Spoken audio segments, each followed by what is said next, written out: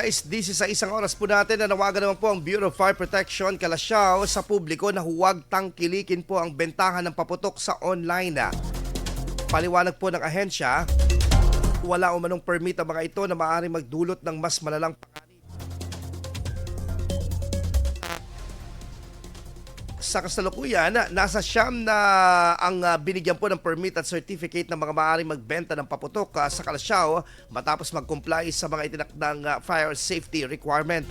Iginiit ng BFP na mula December 22 hanggang December 31 lamang po pwede magbenta ang mga ito. Samantala sa kabila po ng mga maglilipa ng pagbibenta ng paputok sa mapapersonal man o online, ay gumamit na lang sana umano ang publiko ng mas alternatibong paraan tulad ng pamimigay o pag-iingay sa pagsalubong sa bagong taon. IFM News. IFM News. IFM.